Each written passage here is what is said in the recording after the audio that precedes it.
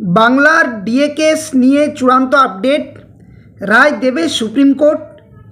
এবার কি ইতি ঘটবে? গ্র্যান্ড ইন্ড এড কর্মীরা পাবে ন্যায্য অধিকার। Hello friends, welcome to my YouTube channel the web studiation. So friends, এই মুহূর্তে আপনাদের জন্য একটা গুরুত্বপূর্ণ আপডেট শেয়ার করব, যেটা হয়তো সকলে ইতিমধ্যে আপনারা জেনে গেছেন যে আগামী 18 আগস্ট সোমবার রাজ্যের যে ডিএ মামলা তার একটা চূড়ান্ত পর্যায়ে শুনানি হতে চলেছে।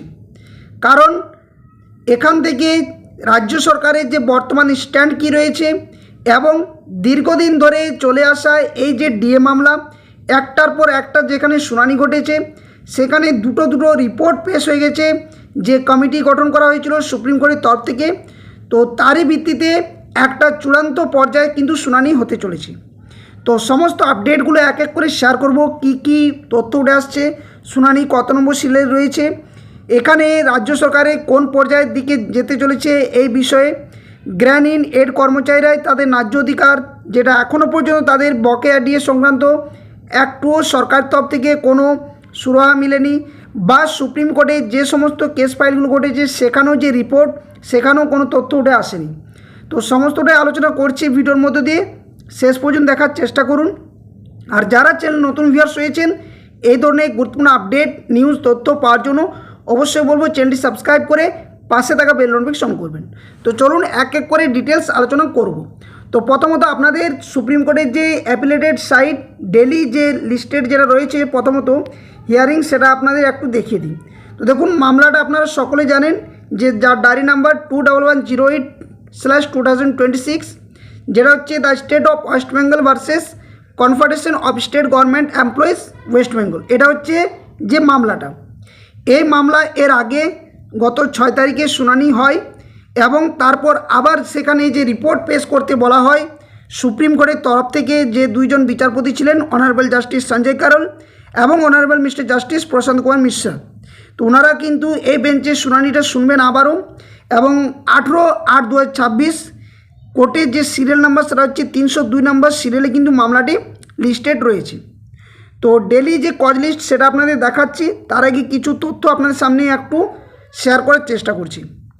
তো দেখুন, এই যে ডিএ মামলা, এই যে মামলাটা যেটা গত 6 তারিখে শুনানি ছিল, সেখানে কিন্তু শুনানিতে একটা তথ্য উঠে আসে যে সুপ্রিম কোর্টের তরফ থেকে যে কমিটি গঠন করা হয়েছিল ইন্দু মালহোত্রা ম্যাডামের নেতৃত্বে, সেই কমিটির সেকেন্ড যে রিপোর্ট সেটা কিন্তু পেশ করে ওখানে কিন্তু অনেক কিছু বিষয় উঠে আসে। সেখানে কত কর্মচারীরা টাকা পেয়েছেন, কত বাকি রয়েছে, বকেয়া ডিএ ডিআর, এই সমস্ত ব্যাপারে। তো এখানে যে সমস্ত শিক্ষক সংগঠনগুলো রয়েছে মামলার সাথে জড়িত, ওনারা প্রত্যেকেই কিন্তু যে সমস্ত বিষয়গুলো নিয়ে তথ্য তুলে ধরছেন, তার মধ্যে একটা হচ্ছে যে গ্র্যান্ড ইন এড কর্মচারীদের বকেয়া ডিএ পাওনার ব্যাপারে। দ্বিতীয়ত, কেএমসি এলাকাভুক্ত যে সমস্ত কর্মচারীরা রয়েছেন, পেনশনার, ফ্যামিলি পেনশনার, তাদের যে গত 7 তারিখে যে রাজ্য সরকার তরফ থেকে যে নোটিফিকেশান প্রকাশ করেছিল, তার ভিত্তিতে এখনও পর্যন্ত কেন তারা বকেয়া ডিআর পেল না, এই বিষয়। এর সাথে সাথে রাজ্য সরকার সম্পূর্ণ যে স্ট্যান্ডটা কোন পর্যায়ে রয়েছে, যে 4টা কিস্তির ভিত্তিতে 2028 সালের সম্ভবত জুলাই কি জানুয়ারি পর্যন্ত যে ডিএগুলো, বকেয়া ডিএ বা ডিআরগুলো মেটানোর চেষ্টা, সেখানে রাজ্য সরকার কোন ভিত্তিতে মেটাবে, এআইসিপিআই বা কী রয়েছে, ফিফথ পে কমিশন হিসাবে ডিএডিআর মেটানোর জন্য যে সরকারের পদক্ষেপে বা কী, এই সমস্ত বিষয়গুলো কিন্তু আগামী 18 আগস্ট উঠতে চলেছে। সাথে সাথে একটা বিষয় আপনাদের বলে রাখি যে এই যে দুইজন বিচারপতি রয়েছেন যারা দীর্ঘদিন ধরে এই বকেয়া ডিএ সংক্রান্ত রাজ্যের যে মামলা সেগুলো শুনছেন, তার মধ্যে সম্ভবত অনারেবল জাস্টিস সঞ্জয় কারোল মহাশয় স্যার, তিনি কিন্তু এই আগস্ট মাসের মধ্যে কোনো একটা দিন, আমি এর আগেও ভিডিওতে বলেছি যে কোনো একটা দিন তিনি কিন্তু অবসর নিতে চলেছেন। অর্থাৎ এখান থেকে একটা বিষয় পরিষ্কার যে তিনি চাইছেন যে অতি দ্রুততার সাথে এই মামলার সম্পূর্ণভাবে একটা নিষ্পত্তি ঘটুক, এবং এই পশ্চিমবঙ্গে যে বকেয়া ডিএডিআর সংক্রান্ত যে মামলা দীর্ঘসূত্রতার ভিত্তিতে যে শুনানি চলছে, তার একটা যেন ইতি টানার চেষ্টা হয়। তো চলুন একবার ডেলি কজ লিস্টেডে দেখা যাক কোন কোন মামলাগুলো, কোন কোন সংগঠনগুলো এর সাথে কানেক্টেড রয়েছে। তারপর আরও কিছু তথ্য আপনার সামনে তুলে ধরার চেষ্টা করছি। তো শেষ পর্যন্ত দেখুন, লাইক শেয়ার অবশ্যই করবেন, কেউ স্কিপ না করে। তো দেখুন, এটা হচ্ছে সুপ্রিম কোর্টের যে ডেলি কজ লিস্টেডের যে ওয়েবসাইট, সেখান থেকে আমরা দেখছি। ডেটটা হচ্ছে 18 তারিখ এবং কোর্ট নাম্বার হচ্ছে 8। Honourable mister justice Sanjay Karol এবং honourable mister justice Prashant Kumar Mishra bench, division bench, সেটা কিন্তু বসবে কটা থেকে না, দুপুর 2টো থেকে। আমরা যদি নিচের দিকে স্ক্রল করি তাহলে দেখতে পাবো 302 নম্বর সিরিয়ালে, অর্থাৎ এখান থেকে কিন্তু পার্ট হাইহার্ট যে মেটার সেখানে কিন্তু রয়েছে মামলাটা। 302 নম্বর রয়েছে the state of West Bengal versus, নিচের দিকে স্ক্রল করলে দেখতে পাওয়া যাবে confederation of state government employees West Bengal. ঠিক আছে, নেক্সট তারপরে এর সাথে কিন্তু মামলা কানেক্টেড রয়েছে 302-এর 1 নম্বর কানেক্টেড মামলা কি, confederation of state government employees West Bengal versus Nandini Chakraborty and others মামলা। 302-এর 2 নম্বর কানেক্টেড যে মামলাটা সেটা হচ্ছে সরকারি কর্মচারী পরিষদ West Bengal versus Nandini Chakraborty and others মামলা। 302-এর 3 নম্বর কানেক্টেড যেটা রয়েছে সংগ্রামী যৌথ মঞ্চ versus the state of West Bengal and others মামলা। 302-এর 4 নম্বর যে কানেক্টেড রয়েছে সেটা হচ্ছে the state of West Bengal and others versus confederation of state government employees West Bengal and others মামলা।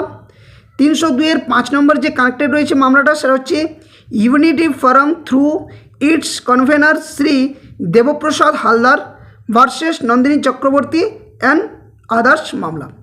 তো এই যে মোট 5টি মামলা কানেক্টেড একসাথে রয়েছে বিভিন্ন সংগঠনের তরফ থেকে, এই মামলাগুলো আগামী 18 তারিখে উপস্থিত থাকছেন এবং ওনাদের যে অ্যাডভোকেটরা রয়েছেন ওনারাও কিন্তু সেখানে উপস্থিত থাকবেন। সরকারের তরফ থেকে যিনি অ্যাডভোকেট রয়েছেন তিনিও কিন্তু উপস্থিত থাকছেন। সাথে সাথে কমিটি যে সেকেন্ড রিপোর্ট পেশ করেছে, যেখানে অনেক কিছু তথ্য উঠে আসছে এবং অনেক কিছু বিভ্রান্তর মধ্য দিয়ে কিন্তু একটা যাচ্ছে। তো সেখানেও কিন্তু যে রিপোর্টের বেসিসে এই যে গ্র্যানিন এড কর্মচারীদের কথাটা বলছি বারবার, ওনাদের এখানে কিন্তু কোনোভাবে উল্লেখিত বিষয় নেই। তো 18 তারিখে এই বিষয়গুলো একদম পুরোপুরি ক্লিয়ারলিভাবে যে বিভিন্ন শিক্ষক সংগঠনের তরফ থেকে যারা রয়েছেন ওনারা কিন্তু ওনাদের যিনি অ্যাডভোকেট রয়েছেন ওনারা কিন্তু এই বিষয়গুলো উপস্থাপন করতে চলেছেন। তো এখানে নোট আকারে একটা বিষয় ডেলি কজ লিস্টেড দেওয়া রয়েছে যে honourable mister justice Prashant Kumar Mishra will sit in special bench in court number 13 after the hearing in special bench matters listed in this court at 2 PM is over। অর্থাৎ 2টোর পর কিন্তু জাস্টিস প্রশান্ত কুমার মিশ্রা কিন্তু 13 নম্বর যে কোর্টের ব্যাপারটা সেটা কিন্তু বলেছে যে বসতে চলেছেন। তো এখানে এই ম্যাটারটা গেল ডেলি কজ লিস্টেডে যে আমরা দেখালাম যে 5টা যে মূল যে কানেক্টেড মামলা সেগুলো কিন্তু রয়েছে এবং এখান থেকে আরও কিছু বিষয় বলছি যেগুলো সেটা হচ্ছে এই যে কর্মচারীদের বকেয়া ডিএডিআরের ব্যাপারে গত সরকারের সময় থেকে যে পরিস্থিতির মধ্য দিয়ে যাচ্ছিল, বর্তমান পরিস্থিতিতে রাজ্য সরকার তরফ থেকে জানানো হচ্ছে, বারংবার যে ক্লারিফিকেশন দেওয়া হচ্ছে বা এই যে কমিটি রিপোর্ট সেখানেও যে তথ্য উঠে আসছে যে অনেক কিছু কর্মচারীদের যেগুলো পাওনা ন্যায্য অধিকার ওনারা কিন্তু অনেকেই পেয়েছেন, অনেকেই কিন্তু পাননি। কিন্তু কর্মচারী সংগঠন বিভিন্ন তরফ থেকে জানানো হচ্ছে যে ব্যাংক বা ট্রেজারি ভিত্তিতে যে পয়সাগুলো বা ক্রেডিট হওয়ার কথা সেখানে কিন্তু এখনও পর্যন্ত কোনো তৎপরতা দেখা যায়নি। বিশেষ করে কেএমসি এলাকাভুক্ত যে সমস্ত পেনশনার, ফ্যামিলি পেনশন যারা রয়েছেন, যাদের বয়স কিন্তু প্রায় 100-র কাছাকাছি ছুঁই, তাদেরও কিন্তু অবস্থা এই মুহূর্তে শোচনীয়। কারণ তাদের যে সরকারের তরফ থেকে যে নোটিফিকেশন গত 7 তারিখে প্রকাশিত হয় তার ভিত্তিতে এখনও পর্যন্ত কেন তারা বঞ্চিত হয়ে রয়েছেন, যেটা 1 মাস থেকে বেশি অতিক্রম করে গেছে। তো এই ভিত্তিতে আগামী 18 তারিখ যে মামলাটি হবে বা শুনানি হবে সেখানে একটা বিস্তারভাবে কিন্তু আলোচনা হতে চলেছে। আদৌ এই সমস্ত কর্মচারীদের বকেয়া ডিএডিআর পাবেন কি পাবেন না সেটা সমস্তটাই সুপ্রিম কোর্টের এবং যে কমিটি গঠন তার রিপোর্ট এবং রাজ্য সরকার যে স্ট্যান্ড বর্তমান পরিস্থিতি সেগুলো বিবেচনা করেই কিন্তু এগোতে চলেছে বা আগামী যে 18 আগস্ট সেটা শুনানি হতে চলেছে। তো একটা গুড ফাইট কিন্তু হতে চলেছে রাজ্য সরকারের তরফ থেকে যে বারংবার জানানো হচ্ছে সেই ভিত্তিতে এবং কর্মচারী সংগঠনগুলোর থেকে যে অভিযোগগুলো উঠে আসছে বা যে শর্তগুলো বারংবার রাজ্য সরকারের কাছে রাখা হচ্ছে সেগুলো আদৌ দাবিগুলো পূরণ হবে কি হবে না সেটা সম্পূর্ণটাই জানা যাবে আগামী শুনানির মধ্য দিয়ে। তো বিশেষ কিছু আর এখানে বলছি না, কারণ যেহেতু মামলাটি শুনানির জন্য লিস্টেড, অবশ্যই সুপ্রিম কোর্টে গত 5 ফেব্রুয়ারি গত সরকারের সময় যে রায়দান করেছিল তার ভিত্তিতে বর্তমান পরিস্থিতিতে বলাই চলে যে ডিএ সংক্রান্ত ব্যাপারে কোনোভাবে রাজ্য সরকারের দ্বিমত নেই যে দিতে পারবে নাকি কিছু, কিন্তু রাজ্য সরকার বারংবার যেটা জানাচ্ছে যে বিভিন্ন যে মডিউলগুলো তৈরি করা হচ্ছে যেখানে কোনোভাবে যাতে অসুবিধা বা সমস্যার সম্মুখীন না হতে হয় সেই ভিত্তিতে ব্যাঙ্কগুলোতে আপডেট করা, তাদের যে ব্যাংকের যে পোর্টালের ভিত্তিতে সমস্ত যে ডকুমেন্টস আপডেট করা, বিশেষ করে পেনশনার ফ্যামিলি পেনশন যারা রয়েছেন তাদের ক্ষেত্রে এই বিষয়গুলো উঠে আসছে।